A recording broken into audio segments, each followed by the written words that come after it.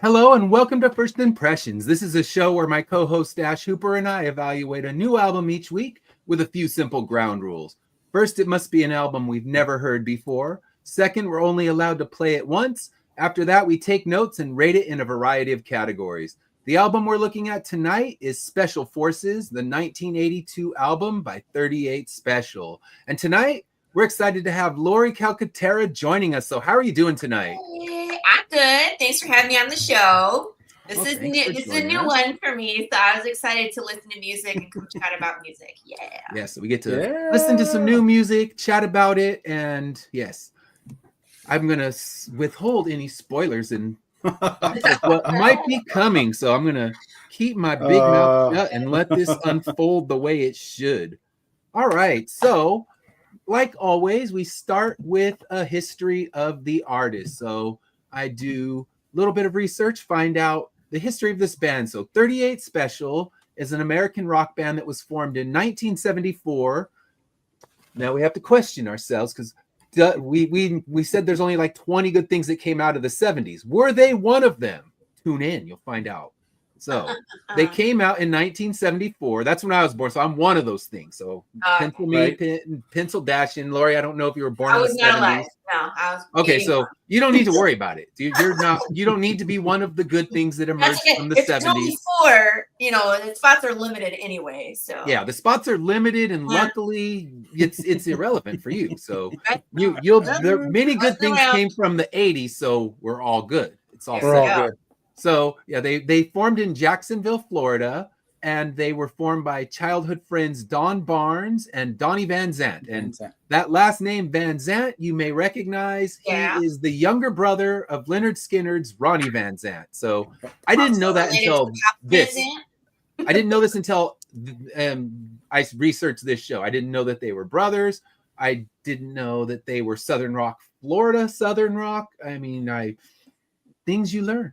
So they were originally rooted in Southern rock. I guess their first albums would be more Southern rock. I have not heard them. I think up until now I've heard one song and this album. So that's kind of what I know so far. But the band did evolve more into arena rock and album-oriented rock, and that's what brought them into that mainstream success. So their first few albums didn't get much traction. It wasn't until the album that we're covering today and the song, actually, their album in 1981, Wild Eyed Southern Boys, that had the song Hold On Loosely, which that's the other song I know of theirs because that was kind of the staple of rock radio back when I was a kid, and that's what my dad would have listened to. He wouldn't have played anything that wasn't. That's why I lived this long in my life before Dash and I covered it, having never heard a Stevie Wonder album, because that's not what he would have played.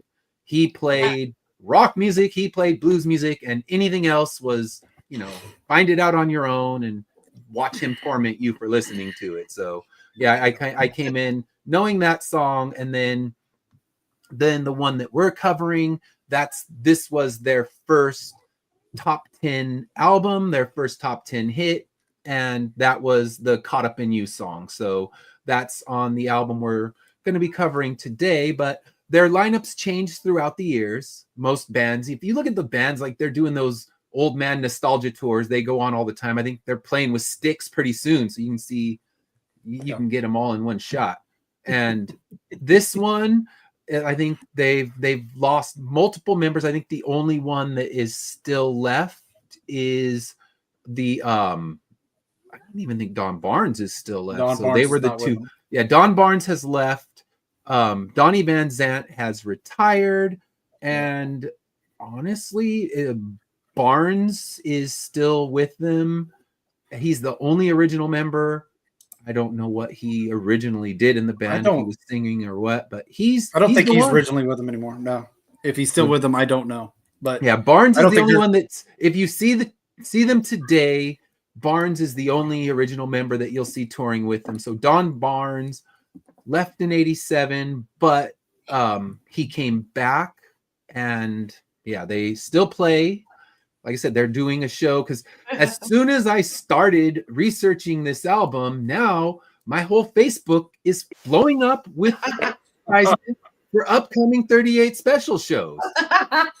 Big Brother is watching, so Kickstarter on people's walls, but you're gonna put that up there. Oh yeah.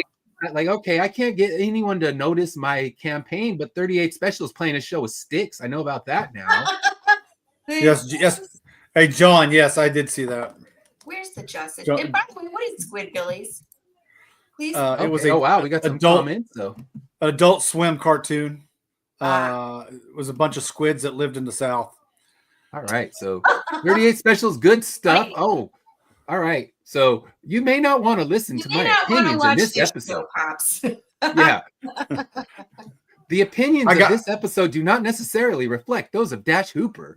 I got you, Pops. I don't know about Laurie. I got you. I think Laurie and I are. I think Laurie and I are united in our feelings. So Pops, if you don't like my opinion, it's okay. I always tell people you're entitled to yours, but I hope that I'll at least be articulate in my dislike. Damn it, spoilers. All right, so yeah, John, that's a great episode. I did not see that. Like I said, I'm very so there's no accounting for taste.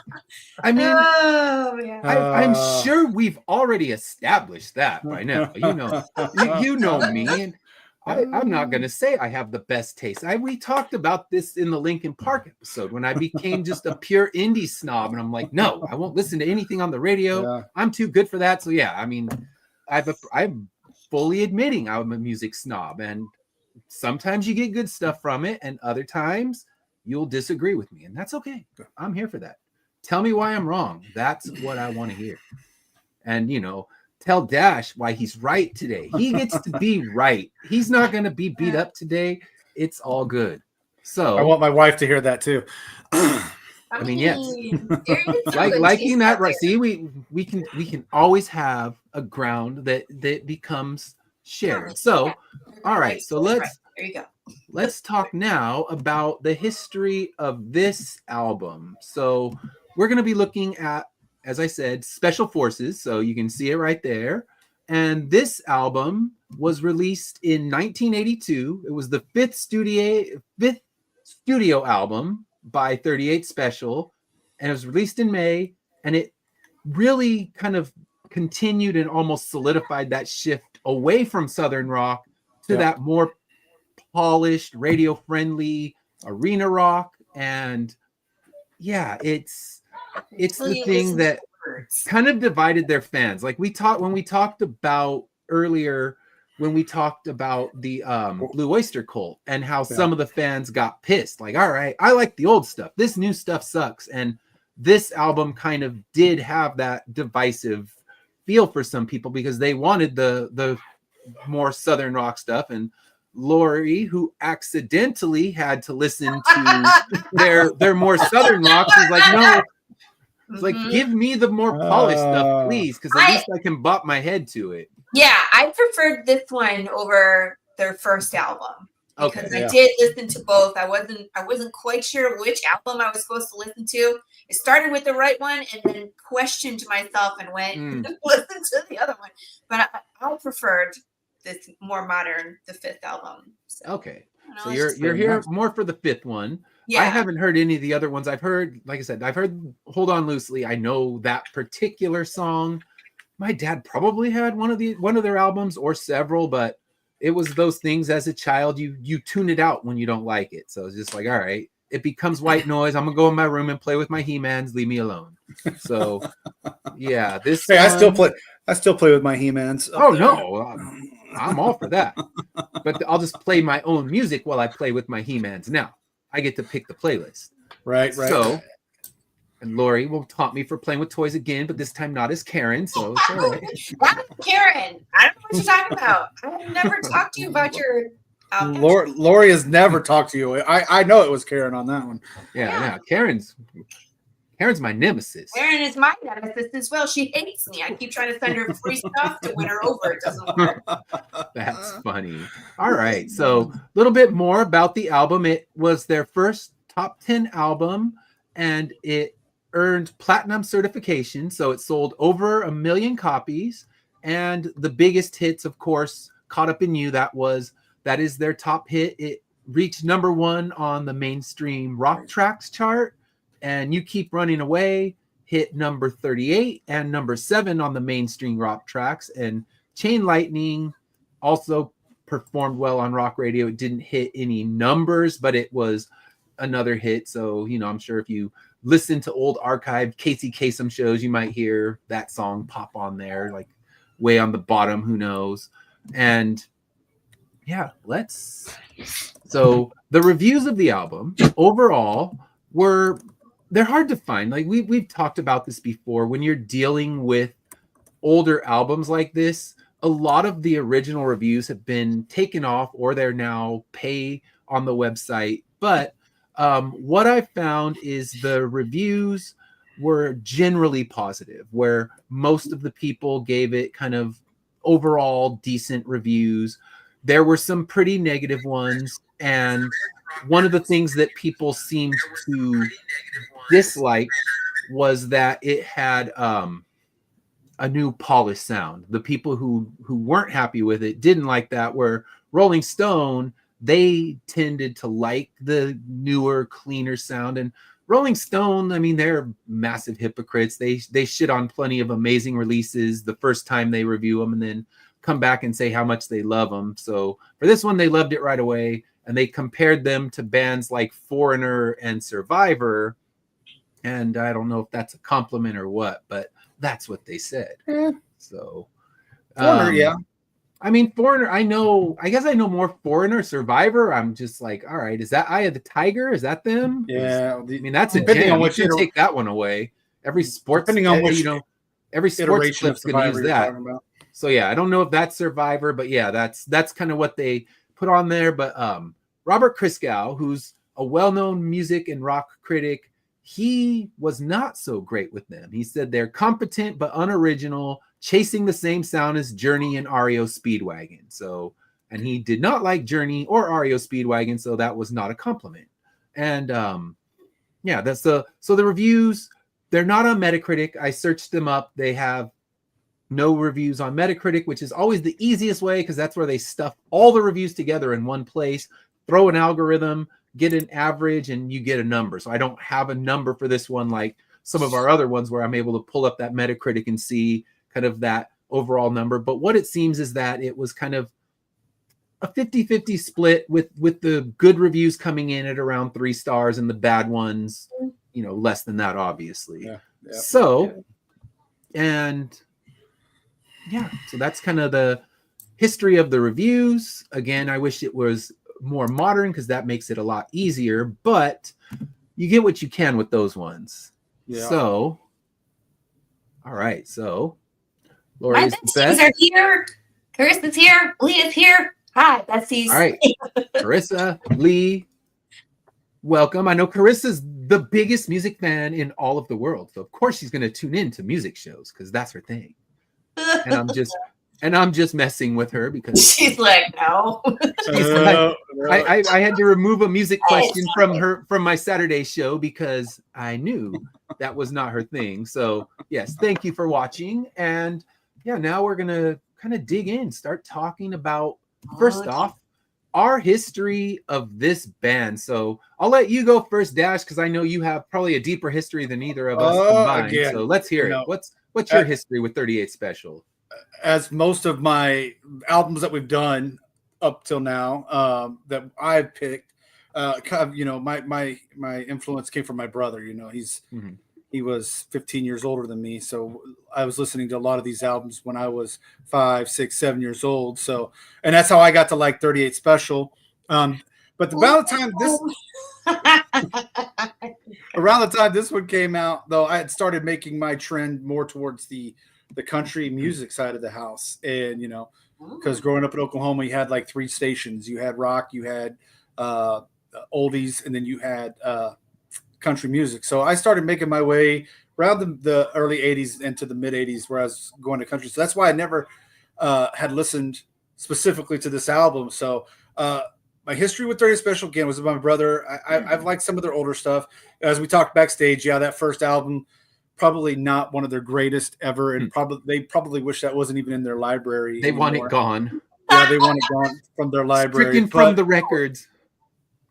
But yeah, I like them just due to because you said they started moving towards the arena rock. I like their southern rock stuff, but yeah, the arena rock becoming more mainstream rock. They even became, I think they even had songs on a lot of movies and TV shows. So they were getting to be known more because of their rock style instead of their southern rock.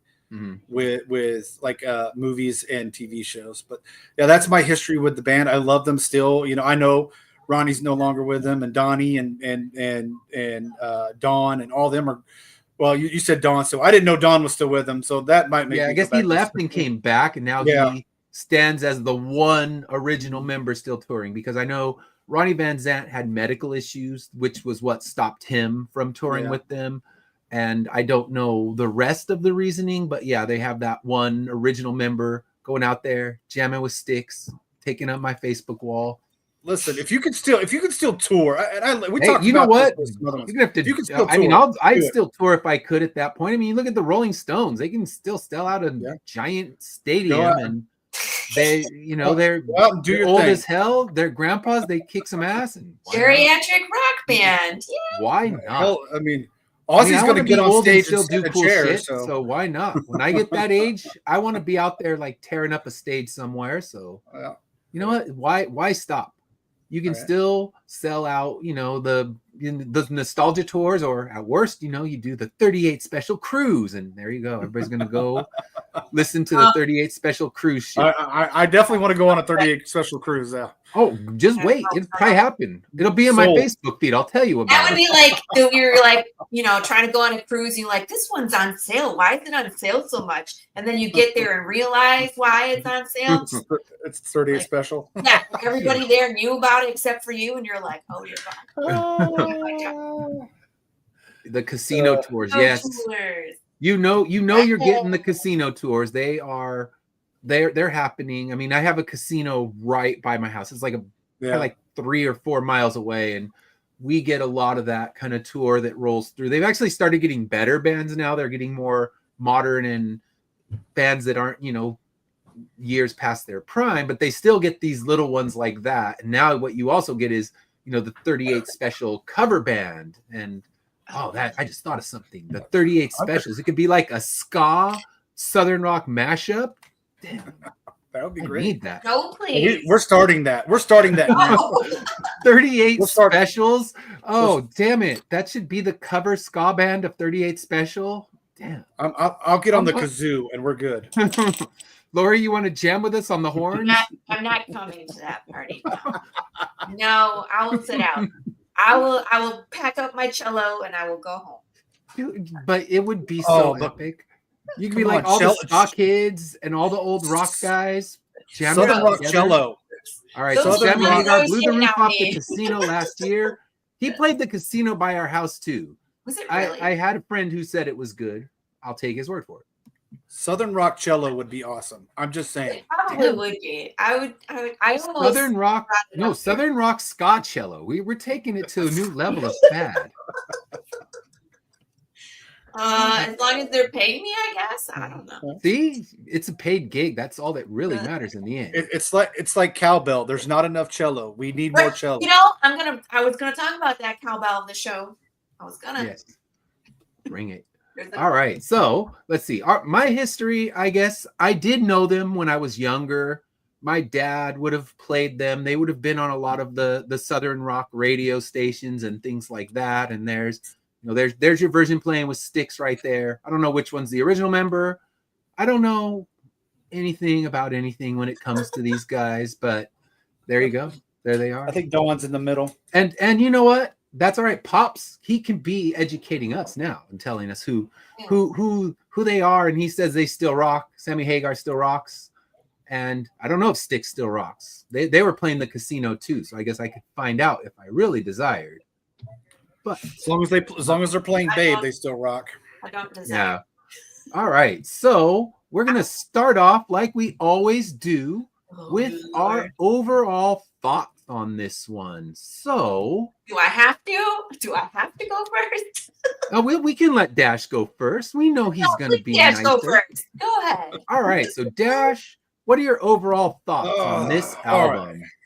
So, as we talk backstage, listen, we talk about this all the time, and when it opens up with a great song and you're starting to rock immediately, I really did like that, Caught Up in You. We've all heard it on the radio, probably.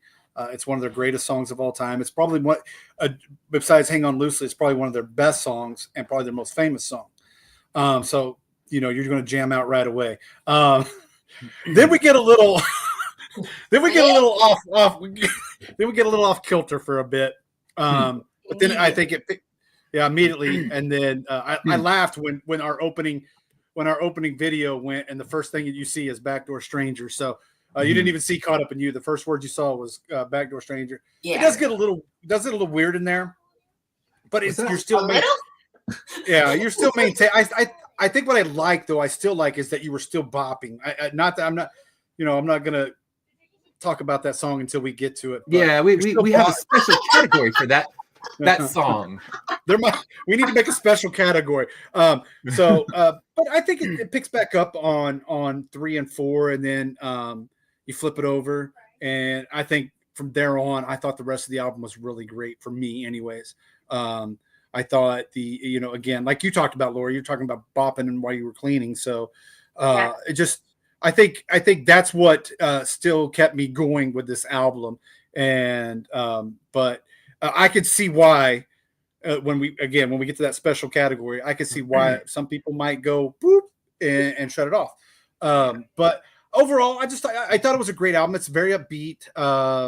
Especially some of the last ones that we've listened to were very downtrodden and where we've had some very mellow songs. I thought this really brought us into this is what the 80s is.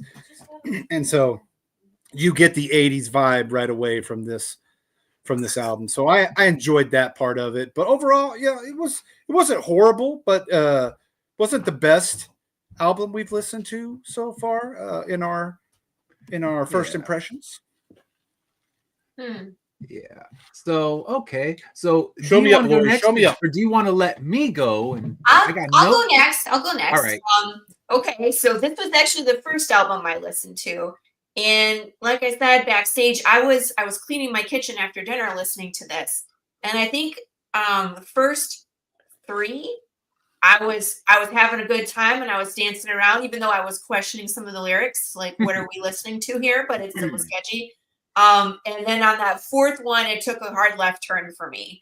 On that 4th one, I was expecting something with that name in the beginning, and then it just fell flat. And then I felt like the B-side. So the 4th song is Chain Lightning. There's Chain that Lightning. One. Yeah, Chain Lightning. Okay. I felt like it should have been more than what it was. I felt it was lackluster from the opening because of it opens with thunder, and you're like, yeah, I'm ready for this.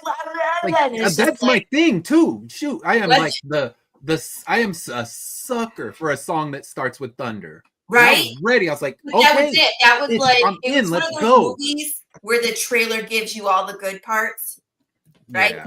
It was one of those because you listen to the opening and you get all hyped up, and then it was just like, where's the beat drop? Where's the take off? But it doesn't. Yeah. It just doesn't. But I felt like after that, it was okay, but I felt like a lot of it was the same. So that B-side, I really wasn't tuned in. It wasn't sticking out. It was all kind of running together at that point. Okay.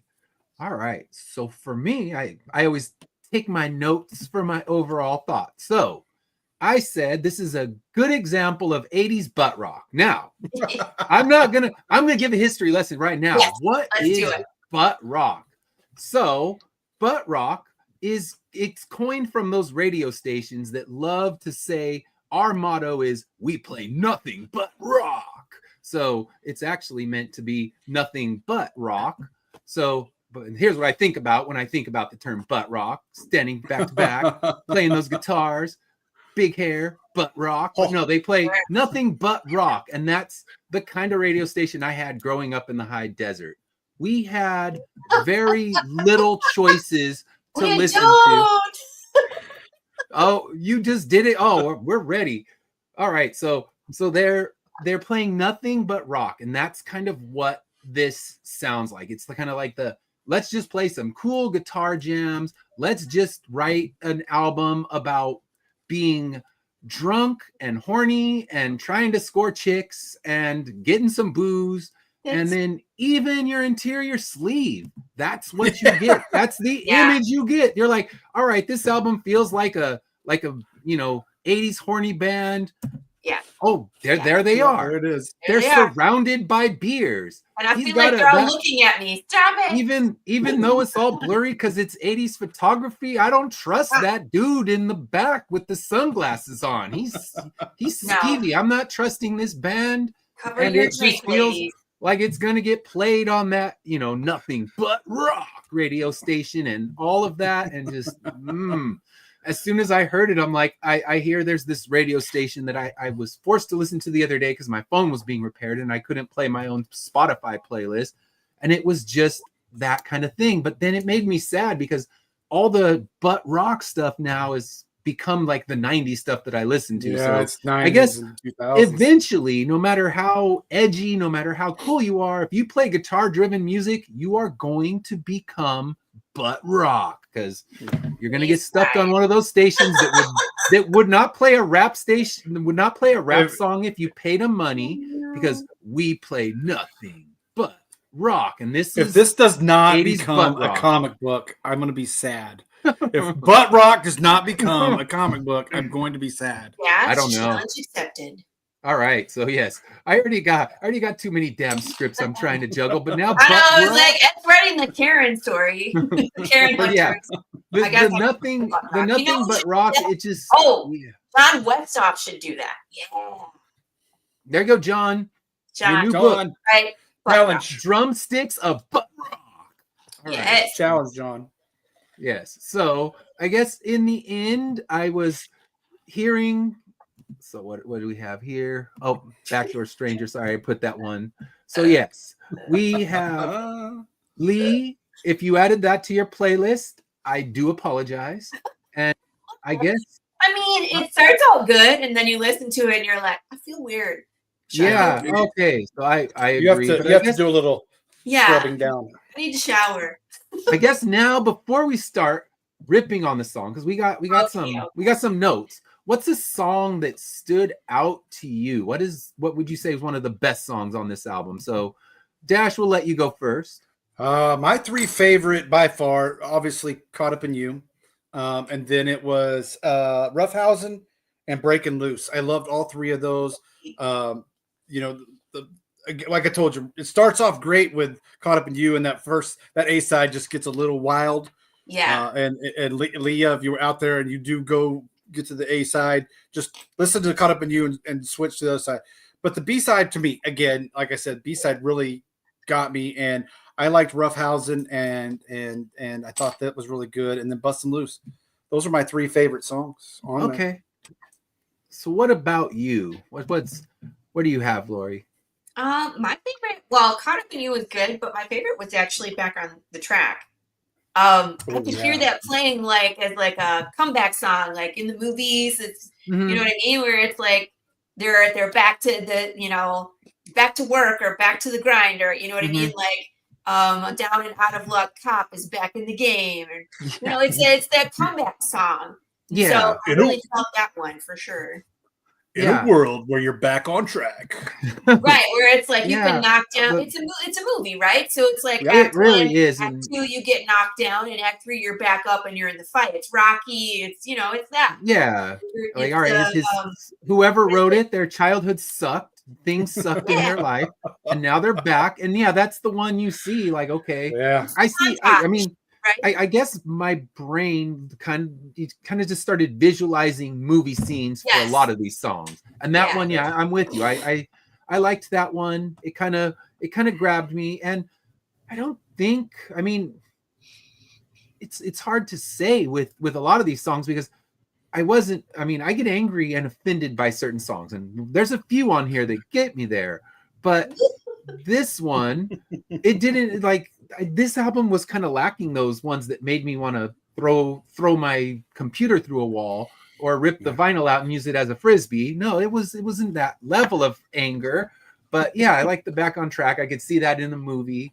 And yeah, did you have any other ones that stood out? Because I just interrupted you.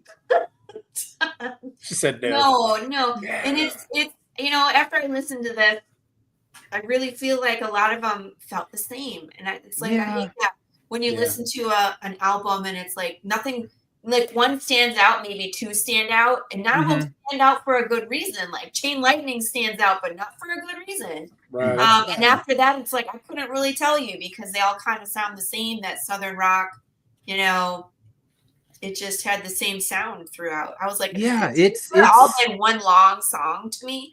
I had a hard time differentiating. So yeah, it becomes so 80s butt rock that it's just that you could have put that on, and if you played this in a block, and I was playing it on my Spotify, just kind of trying to refresh on the songs, and it kept jumping to other artists, and I'm like, is this the same album? Did I miss this one when I was playing it? I'm like, oh no, it's just another band that sounds exactly the same. And it's kind of that genericness to it that gave me more trouble, and it's stuff that I would have heard as a kid. But yeah, I think for me, one of the top picks I had was that one, and then I also liked where was it at? Because now I'm going through all my lyrics that we'll talk about later.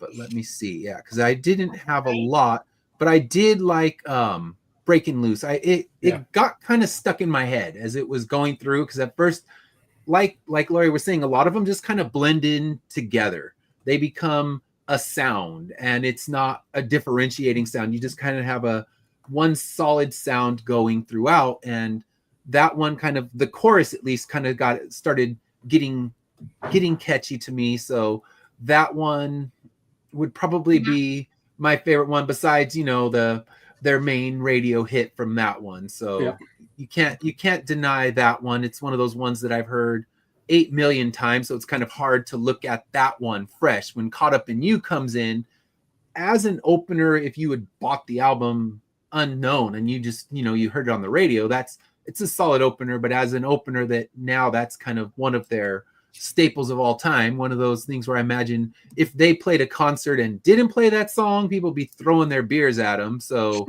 it's one of those, and their pool balls. It's such a staple. Yeah. And their what? And their pool balls. Their pool balls. Yeah. It's like they would be throwing those pool balls. Their pool balls. And their beer bottles right there, all in one picture.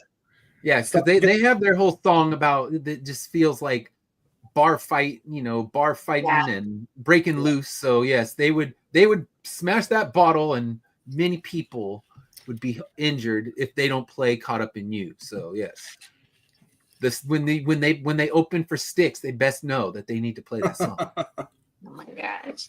Styx opens up with Mr. Roboto, so it's all now good. I've said Styx so many times that shit's gonna take up my feed too. Like all of a sudden, like, we see that you've become obsessed with Styx and 38 Special. Now that is all we will show you in your Facebook. Here's 42 different requests that we can get for you. Yeah, and here's a Styx cover band that you haven't heard before, the Styx, or who knows what they would be. But I'm still here for. I still want the 38 Specials, and I want the ska band, and anyone who's a musician. John, you're a musician. I want Southern rock ska. John's long gone. He always comes and he says hi, then he takes off. John says hi. He defended Taylor Swift for a little bit. He stayed with us longer. Oh, did he? If John is not there, then someone else. He's not more into this show because he's a musician. Him and Tim Fling, you know what I mean? Both of them are. Yeah. So that's what we need. We need someone to make a 38 Special ska cover band, and I will go to your concert. I promise you that. That's all I can give you. But now it's got to have cello. It's got to have cello with cello. Yeah, I mean, it is like that could be the recipe for the worst thing that will ever exist. And I kind of want to see Jared Leto as the main singer. Ooh. Oh, then he'll go full ska. He'll have to immerse himself in British ska for 4 months before he can sing. Yeah, he's gonna have to go into his deprivation chamber to think about it before he can come out and sing. He's like, I am now fully two-tone, and I'm ready to be ska. So yes, I want the Method Jared Leto to front our 38 specials, the ska band cover. And then he would live in the South and immerse himself in ska for a little while. So yeah, it would be. That would be the worst thing ever. The Cowboy Beat Boy. I'm ready. Cowboy down. We're just gonna kick his ass. Oh, all right. I apologize to anyone who loves ska or 38 special. Or Jared. If my do not reflect Dash Hooper or Laurie Calcaterra. If my book was not set in the 1880s, I would totally have a ska Jared Leto figure in my. I would totally have one in my book. I might have to create a book just for ska Jared Leto. We need it. It needs to exist. What show is this that I'm on right now? It's this is how we do. So welcome to the show. This is your first time tuning in. I'm having a good time. I'm laughing. It's good. Yeah. And that's what we try to do. That's why we have guests. And it's like, it's not like we're going to come in and defend this album. And yeah, we'll talk about the album. Hey, now we're going to talk about the best lyrics. But I am changing mine up, but I'll wait till we get there. So, Dash, what were some of your favorite lyrics in this one? Just like we talked about, I love, Caught Up in You. It's just basically, I like that one because it's all about meeting a new girl.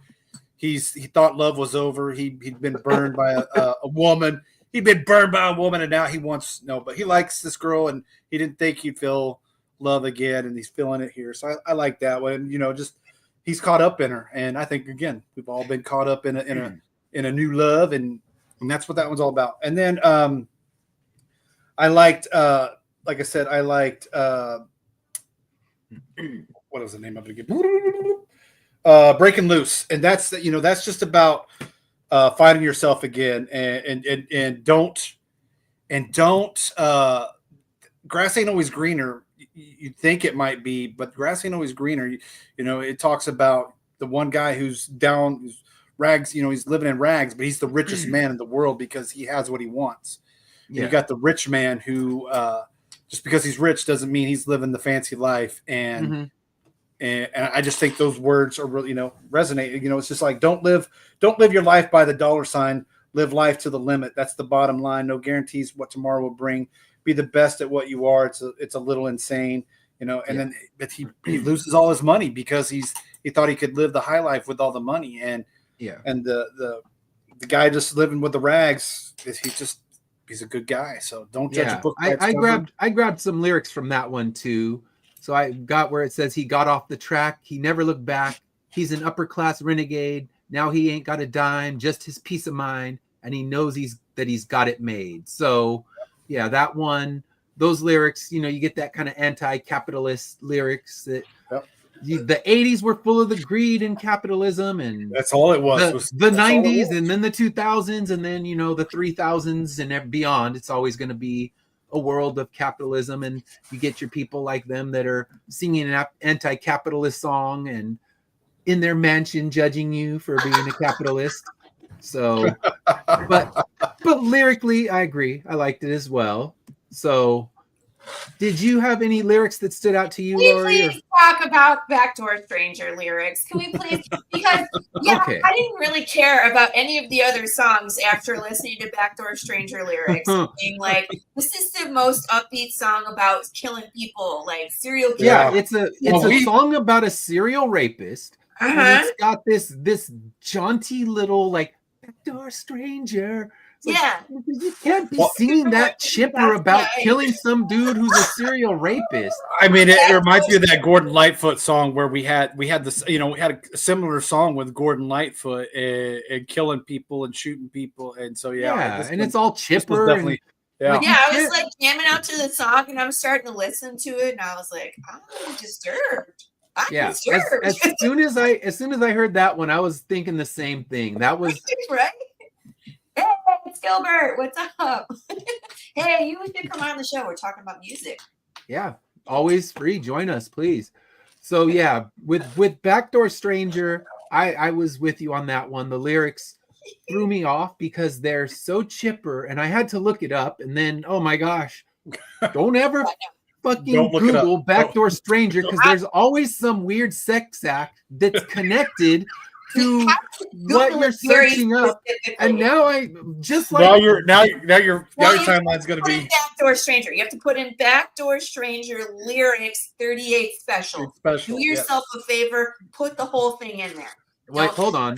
We now got your Facebook timeline's full of never mind. Yeah. All right, let's not. Oh my gosh, I looked it up, and just like with the stupid I forget what it was, but one of the songs from Blue Oyster Cult, and I found out that it was all a metaphor for friggin' cocaine. I'm like, cocaine. Shit. Now I looked that up. My computer's gonna get flagged. I'm a fucking teacher, people. I can't have this. Yeah, don't sing fucked up songs like that. Not good for me. All right, so there we go. Here's some Backdoor Stranger for you. I mean, there might be some other lyrics that I could have paid attention to, but at this point, after this song, I was like, oh, we're only talking about this. Yeah, it's definitely off. So there we go. Yeah. So there's Backdoor Stranger, a fair warning, he's out tonight. A Backdoor Stranger, we got to stop him if the chance is right. Now that could be dark and ominous, like we're going to fuck this guy up. But instead of like Backdoor Stranger, you dancing, you're bopping to the guy you're going to go catch and kill. It's like, it does not work. It's like, angry. What is that show? To Catch a Predator or something like that? Yeah, we need we need Zach De La Rocha singing this. Like, we need some fire involved in catching this. This is not. This was this whole album though. Was all major key, like driving guitar, the drums. It was butt rock. But it's like you're singing about a serial killer. Shouldn't we have some kind of tone? No. All right. Yeah. Take my chances, rather go to jail. Let's sing that with a jaunty pop. That's what they did. If there was a Dateline soundtrack or a 48-hour soundtrack, this song would be on Dateline or 48 Hours. Oh, and you know what? I just realized, hold on. I will pop it up. I didn't realize I was not showing. So, there we go. So there we have Backdoor Stranger lyrics. I was reading some of them for you, but yeah, it's just, the whole chorus, the everything about it. It's a dark subject matter. I mean, it's kind of, you got a serial rapist. He's going to ruin the family. The woman's fearing for her life. And it just has no ominous quality to the music at all. It's almost like they're celebrating it. Jaunty, happy music, happy-go-lucky. Like, this is the happiest song until you listen to the lyrics for a minute. You're like, oh, damn it. They completely just tricked me on that one. Reminds me of a newer song, the one that's called Pumped Up Kicks. Yeah. You're like, da, da, da, da, da, da, da, da, and then you listen to it and you're like, what are we singing about? It's a school shooting song. Oh, whoops. We're singing about school shooting. Oh, great. And it's so peppy. I want to go dance. It's like, oh. Yeah, there's some like that. There's some that kind of tricky like that. There's a good Radiohead song that sounds kind of like it's kind of dreamy and poppy, and it's about cannibalism. So it's like I knew right where you were going with Radiohead. So yeah, you get Knives Out, and it's an amazing song, but it's just so funny because you'll be kind of like, you'll just kind of be feeling that song, and then you realize, oh damn, it's about cannibalism. And the only reason I think it's so peppy. The only reason I think that one, the school one, is because they're trying to gain awareness, but I think they could have done it in a better way. I feel like that's why they made it peppy, but it doesn't. That's I've heard it a few times, and I have to turn it off every time I hear it. But that was that's my opinion. That's just Dash's little small. Much like Backdoor Stranger, one that I will. I guess we're on lyrics, but we'll go when we get to the skip this one. We know that one is a skipper, so kind of spoiler alert. Skip this one, and I dislike it so much I will take the effort to skip it on vinyl. Not that I'm rushing to play this vinyl. Spoilers ahead, but we won't talk about that until the end. But for the lyrics, I changed things up. I hunted for horny lyrics throughout the album. They weren't hard to find, so we're gonna go with, instead of the best lyrics, because lyrically, this album didn't exactly move me. So I just tried to look up at points where they were horny. Starts with Caught Up in You. I do not like when these old ass men start calling their love little girl. It annoys the shit out of me. It makes me cringe a bit. So as soon as I heard it, I'm like, it never bothered me when I was young. But then again, I probably thought he was talking about a little girl because I was a little boy and I was in school. And when this was in '82, I would have been like 7. So I would have think like, oh, he's singing about a little girl. Little girls are cool. There's a lot in my class. But when you think it's a grown man and that's his pet name for his wife, it got me searching out other lyrics. So last night I was on this weird obsession to find other weird pervy songs that refer to their love as little girl. So we have "I'm on Fire" by Bruce Springsteen. That's the skeeviest fucking song that ever existed. Because he's like perving her so hard, it's like he's staring through the window when she's in the shower. He's so creepy. Yeah, that's a stalker song. That's a stalker song. And then you get just the Little Girls by Oingo Boingo. It's like, gosh, dirty. Ugh. You're making me feel ill inside. And we need to have a one shot. I mean, Caught Up in You, at least in the end, it's it's a nice, happy love song, but don't refer to your woman as a little girl. I mean, if that's what you're into, you can be divorced a lot, my man. It rhymed at the time. It rhymed at the time. It rhymed, but you could have. I mean, you're a professional musician. You can think of other rhymes without calling your woman a girl. It's dirty. Skeeved me out, but that's okay. That's the first one I found in song number 1. We also have, let's see here.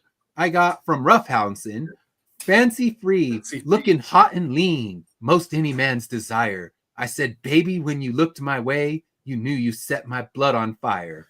It's like, all right. Horny ass album. But the whole album was pretty much. It was horny. And then Chain Lightning we'll be speaking of Chain Lightning a little later as well. But on a rainy night, you showed up at my door, child of the night, down and forlorn. Yeah. Still I took you in. It's in the stars above. All girls are made the same. They all need a little love. I'm like, I was like, dirty ass lyrics. That's where it went. That's where it went out, my man. Yeah, and that was like the first 3 seconds. It was like, and it started with that, and I was like, I'm out.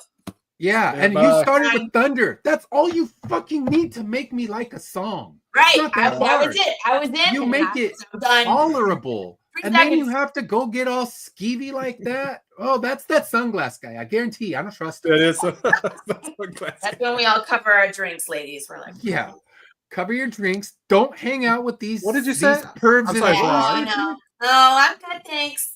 No, I don't need a drink. No. When you see these guys, and I don't know who the guy next to the sunglasses guy, he's got a creepy smile going on. I don't trust him either. They're looking at a woman like a piece of meat. Yeah, they're I mean, the whole album's about like loving chicks, and like we go to New York and the chicks are hot. It's like, I think that's Donnie Van Zant in the middle. That's Donnie Van Zant with the sunglasses. I don't know. I believe so. Okay, and the dude next to him, who, like I said, it's blurry 80s photograph, but yeah, it's like it kind of looks like a blurry Alan Rickman, but I don't think it is. So. I'm leaving. No, thank you. Who's that guy with you? That's blurry Alan Rickman. Oh yeah. Yes. No, we're not interested. I like him.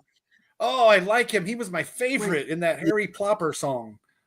That's the best one. Yeah. Well, look, if you look at this picture, it's the guy in the middle. Mm-hmm. That when you pulled up the older version of them, he's all the way on the left. It's that guy. Yeah.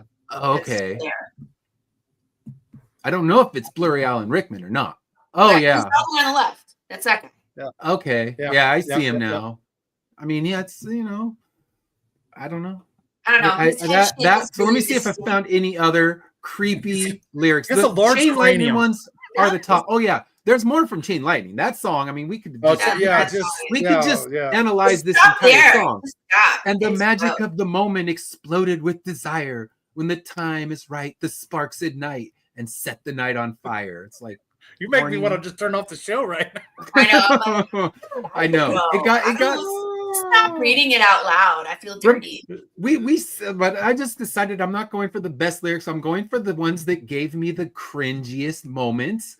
Because if I had to live through this album, and if you're still tuning in, then you can live it with us and feel the feel our pain, feel our cringe.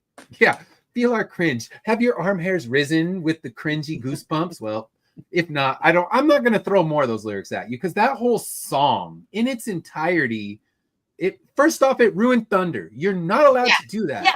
You can't ruin Thunder because Thunder's the easiest thing to make a good song with. I mean, it usually wins me over instantly, and the fact that you failed with a Thunder song, that's unforgivable. You can't do that. With that. That's bullshit. 100%. Now I got to go listen to Thunder Rolls when this is over so I can hear a good Thunder song, and then I got to listen to The Cure and get another good Thunder song. Man, yeah, that was a great song.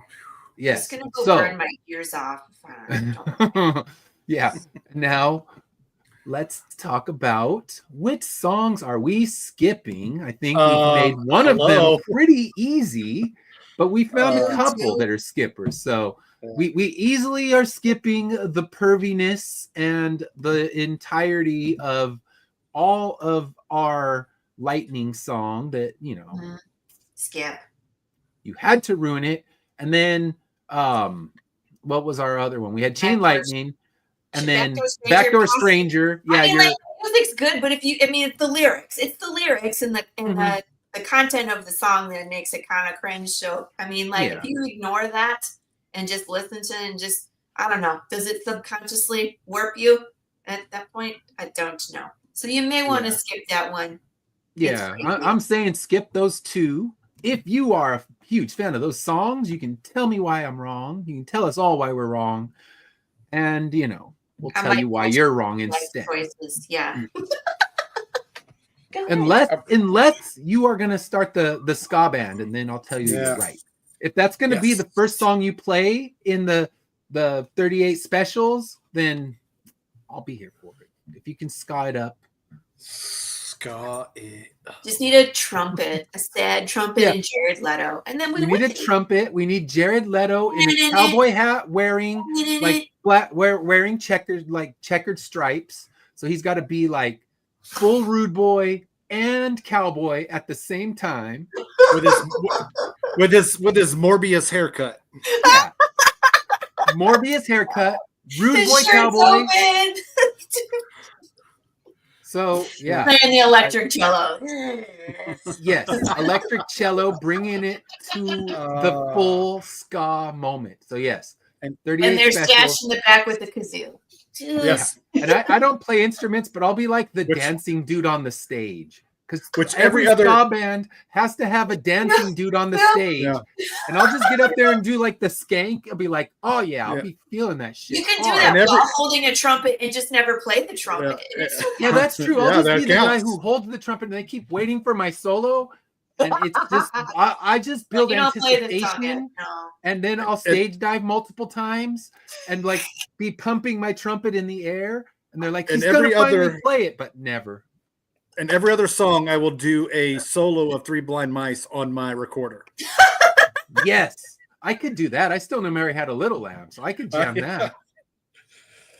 I'm the hype man. I'm gonna get up on the stage. I'm gonna wear my rude boy attire, and I'm gonna skank, and I'm gonna just hold the trumpet like I will one day play it. And you need to push up the buttons. Yeah, and I'll hold the buttons while I'm stage diving. So while I'm up there through the crowd, I'll be fingering what I would play if I were on the stage, but since I'm in the crowd, I can't. There's no mouthpiece on this trumpet at all. Doesn't have to have one. Doesn't included. All right, so we've taken this in the weirdest direction, and apologies. If you want to know our feelings about the album, eventually we'll get there. I mean, if they haven't figured it out by now. Yeah, if you haven't already figured it out. But all right, so now we come to the part of the show where we decide, are we going to keep this album or are we returning it to the used bin? Because this one I legitimately bought in the used bin. So, let's, This one boils down to I love the B-side a lot, and I love the opening song. I won't return it, but I am definitely listening to for the most part. I'm just listening to the first song on the first side, and then I'm skipping the rest of it. I know that Back on Track is a really great song, but I can just go listen to that on Spotify or something. But I'm just going to listen to Caught Up in You, stop the record player, flip over the album, and listen to the rest of it. So I'll keep it, but it's got a huge caveat, and it's going to be where I'll put the 3 songs or the 4 songs that I really, really like on my playlist, and I'll keep the album because I do like the album cover. Guys are going to jump on me for that one, but I do love the really unique album cover. It's not unique; it's 80s. A little more, another dash of their perviness, because they love their booze, they love their women, they love to tell us that they love their booze and women. Do they love their ska? We'll find out. So find out in Butt Rock, the sequel. Butt Rock, yes. So it's Butt Rock for life. All right. So Laurie, well, what are you doing with this album? Put this out here that if someone has a copy that they don't want, you can send it to me. And when we hit our stretch goal for Slice and Dice, I will smash it in my backyard with the sledge. Oh, that's funny. See? I would not return this. I would destroy it because I like to break things. Oh, want a Taylor Swift album? I will send you. I don't listen to Taylor. I will send you a Taylor Swift album to do that too. Sure. Yeah, see, but I paid too much for that shit. I still have to wait for Uncle Swifty to claim it. Yeah, Uncle Swifty, if you're out there, come on. You need to come get your album. I'll smash it in the Slice and Dice. This next round, I have a feeling that I get to use a bat saw. One of my buddies here in Denton has a book called Murder Face, and his character has a baseball bat with a circular saw connected to it. So he built one, and he was like, do you want to use this in your Slice and Dice? And I was like, hell yeah, man. Hell yeah. Like, nice. I have to let people vote on it, but once they see it, like, they're going to vote for this. So I have a feeling we could be bashing Taylor Swift albums with the bat saw. Hey, there you go. And if you got a 38 special, throw it in there. For me, I think I spent $3 for it. So for that price, I'll keep it for the songs that are worth listening to. I will take the effort. I rarely do in vinyl because it's harder to skip a track than it is to keep playing it. But it's more because mailing it to Laurie would cost more than it cost me to buy this thing. Cost me to buy it, yeah. So as much as I would love to watch her destroy it with your cello nearby. Ooh, I could destroy it with the cello. Oh, if you destroy it with a cello, that might be worth the postage. I mean, I have an ending. I know. I have See now, figure it out. Contemplating this one. All right. I'm just liking all these tiers that are getting added to the Kickstarter. Yes. Have Laurie destroy your least favorite album. Hey, free stretch goal. Nice. Works for me. So we can find some ways to connect our stretch goals. Like, all right, it's an album that was featured on the First Impressions. First we feature it, then it gets mailed to Laurie, who destroys it. If you guys vote that it's not worthy, it gets mailed to Laurie. We're not worthy. Yeah, and then it goes under the it gets voted which weapon you would like to destroy it with. Yes. Nice. That's what we do.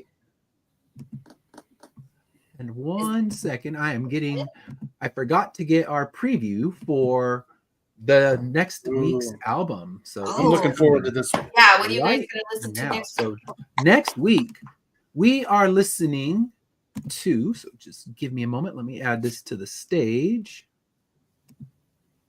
Yeah. Better be good. It's another indie. It's another indie band. We're going to my indie. Snooty indie guy will get his fair share of stuff. Oh, so, what, where? So we're going to be listening to, where did it go? It's processing right now. And that is for next week. We will be playing. Oh, wow. It's too dark. What is this? There we go. This is the album Heave Your Skeleton by the band Mr. Gnome. And we are so lucky that Mr. Gnome is actually recording an interview for us right now. So I talked with her, the lead singer, earlier this week. She's going to have the interview ready for us. I asked them some questions about this album, Heave Your Skeleton. I asked them some questions about what's coming up later this year. They talked to us about some of what their favorite moments from this album were. So normally we start the show like we did today with a history of the band, and I go into a history of the album. Well, I'm going to a better source than my internet source. I'm going straight to the band, and they're going to tell us about the history of this album. They're going to tell us about the history of the band themselves. So we will be featuring, it won't be a live interview because they're on a different time zone. They have young kids, and it's harder for them to do it. But they have been gracious enough to record an interview with us, and we will not go off on ska tangents, and we will keep ourselves professional because this shit matters, and you don't mess around. Do you ever notice when we do have the guest that we really do go off on some Chuck? We went with some tangents with Chuck. We went some tangents with Ray. Now with Laurie, we've gone. I love it. Yeah. So yeah, but next week, I promise you, no tangents. We will look at the album, and we'll actually be able to hear directly from the band. I'm so excited about this one.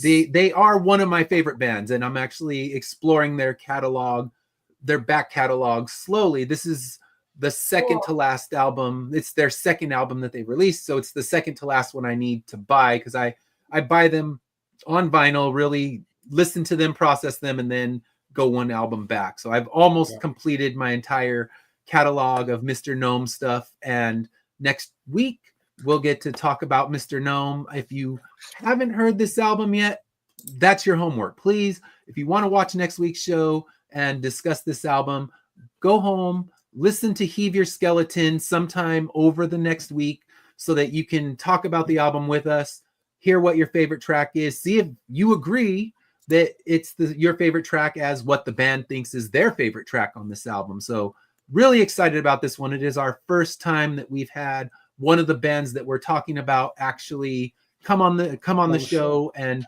give us some content. So next week should be amazing. I am looking forward to it. So tune in, same place, same time. And beyond that, let's hear from our sponsors.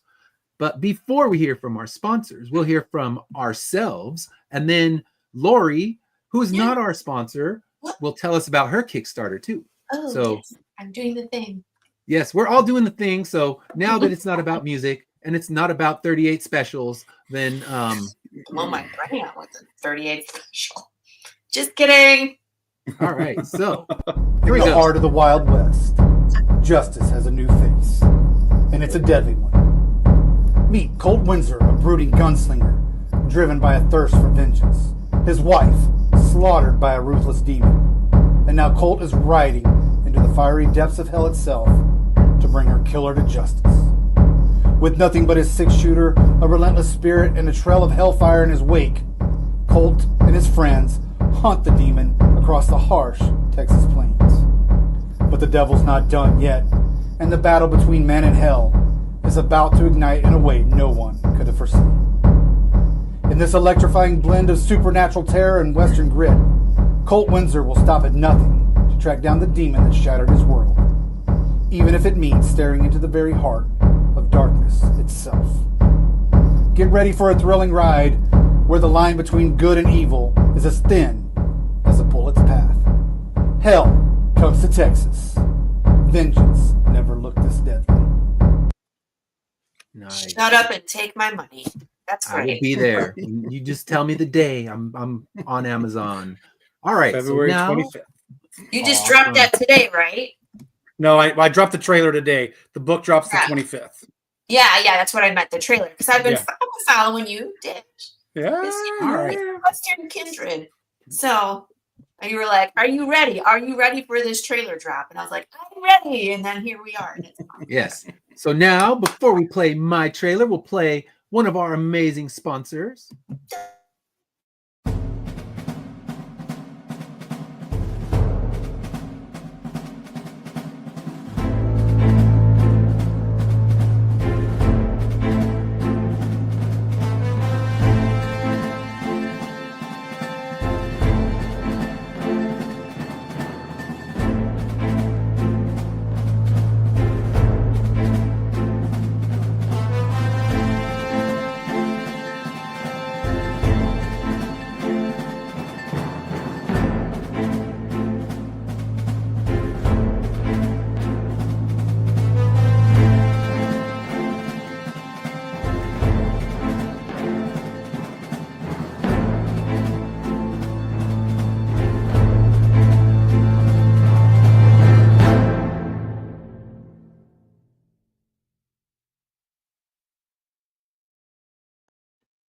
All right.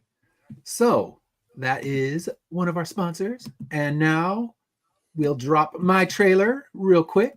One more time. If you saw it last week, great. If you didn't, here you go. Rest assured that our president has dispatched his elite forces to assure. Hold on. It started in the middle. What is its problem? User error, I'm sure. All right. So here we go. Let's try that again.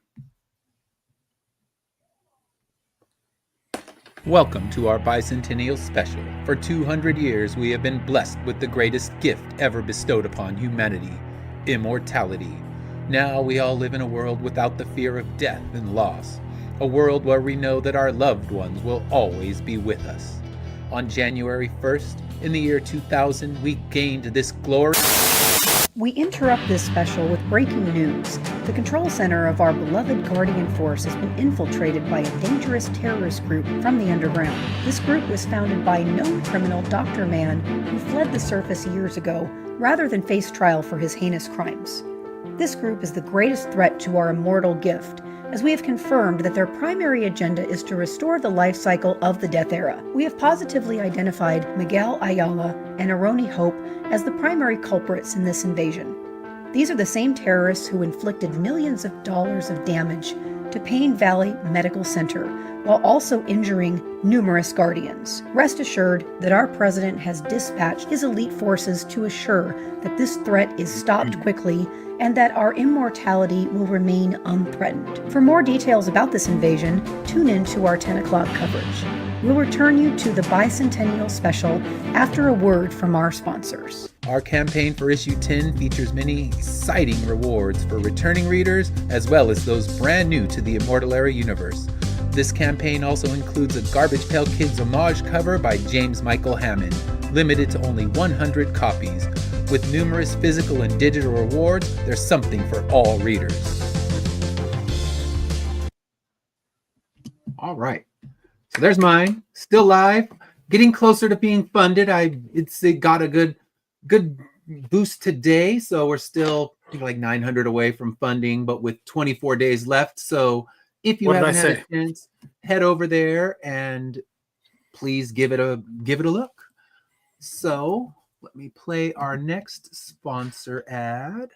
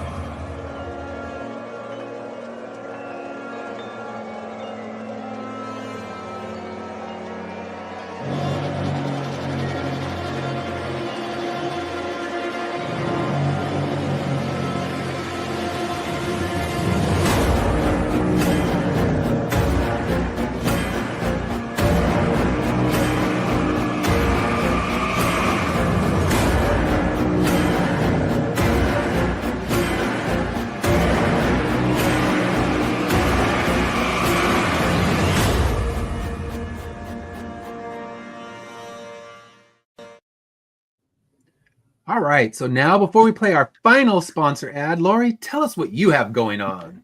Wow, Path of the Pale Rider. Here, I will share my... Yeah, you know how to do that. I will let you.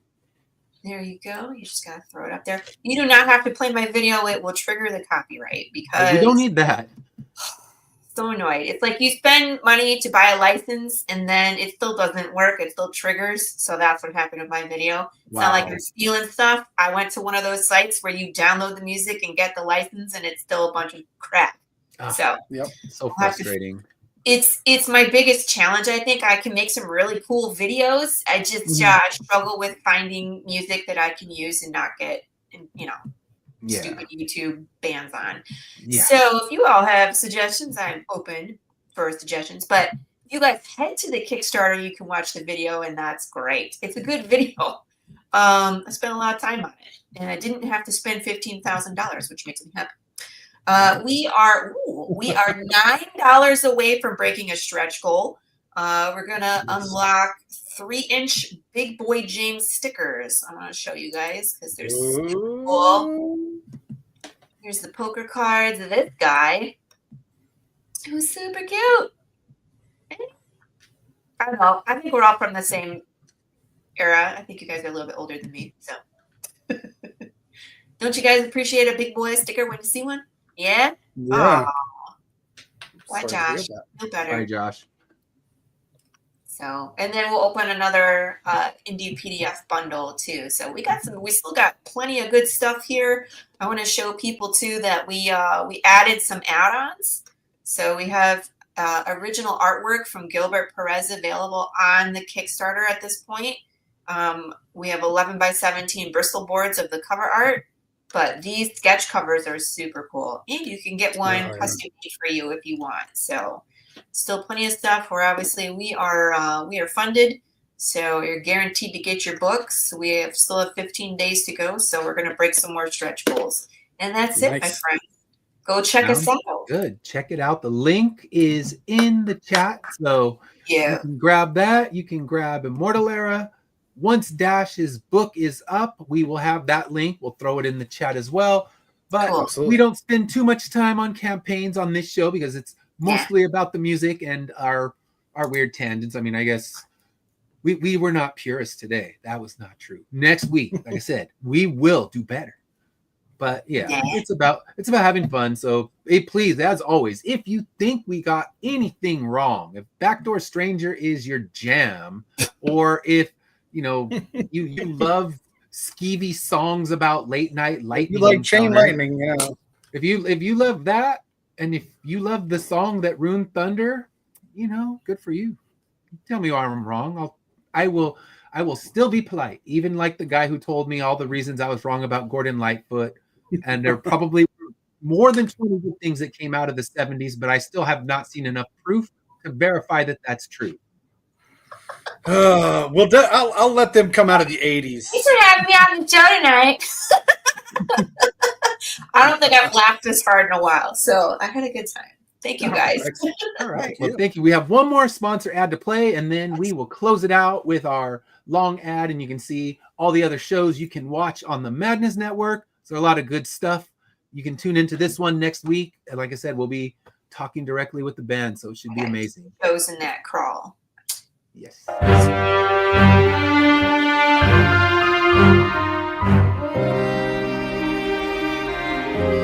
Welcome to Based on a True Story, Volume 6, Tales of the Underworld, where true crime collides with the furry, funny, and fierce world of the Dust Bunny Mafia. This brand new 32-page comic reimagines real mafia legends, Mad Dog Cole, John Gotti, and more, through the eyes of our animal mobsters. Think The Godfather meets Looney Tunes, packed with action, humor, and full-color storytelling.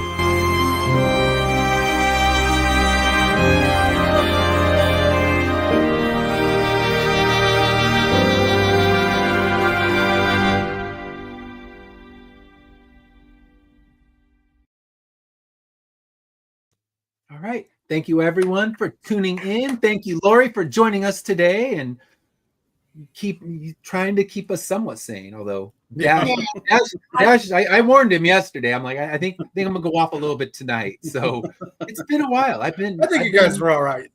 I've been the nice one for the few weeks. So yes, we have those up on our YouTube as well. You can get Brett's projects, so definitely check it out. I love Brett's stuff. I have lots of it. I back myself. And tune in Saturday. That's the next time you'll see me. We're doing my Saturday morning comic talk, and all the questions are somehow related to Valentine's Day stuff. So We're going to be talking about romance movies and love songs, and kind of, I always try to keep it with the theme of whatever holiday we're near. So until then, we will see you next week, and have a great rest of your week. Good night, guys. Bye. Bye.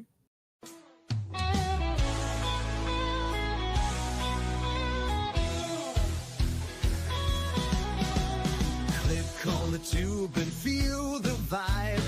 Every show you crave right here live. Heroes and villains clash in the night. Madness Comic Network sets it right. Scroll through the list, find what you need. Epic battles and fast-paced speed. From capes to cosmic space delight. Tune in and watch your favorites ignite. On Facebook, share the thrill so grand. On X, the buzz across the land. Madness Comic Network all around. In every episode, joy is found.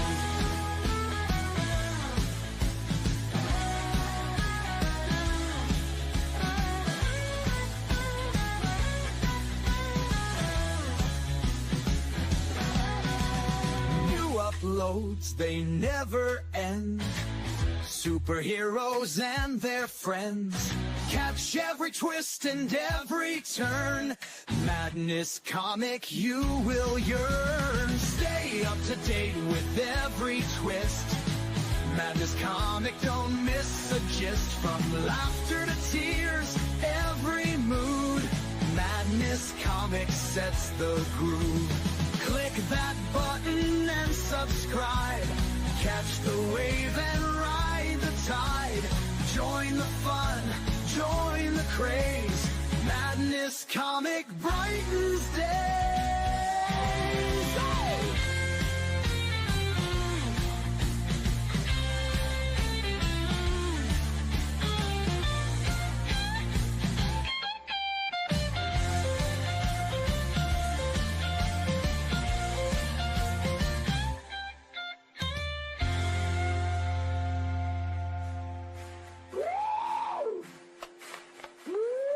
New uploads, they never end.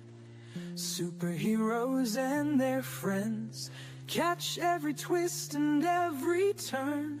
Madness Comic, you will yearn. Stay up to date with every twist.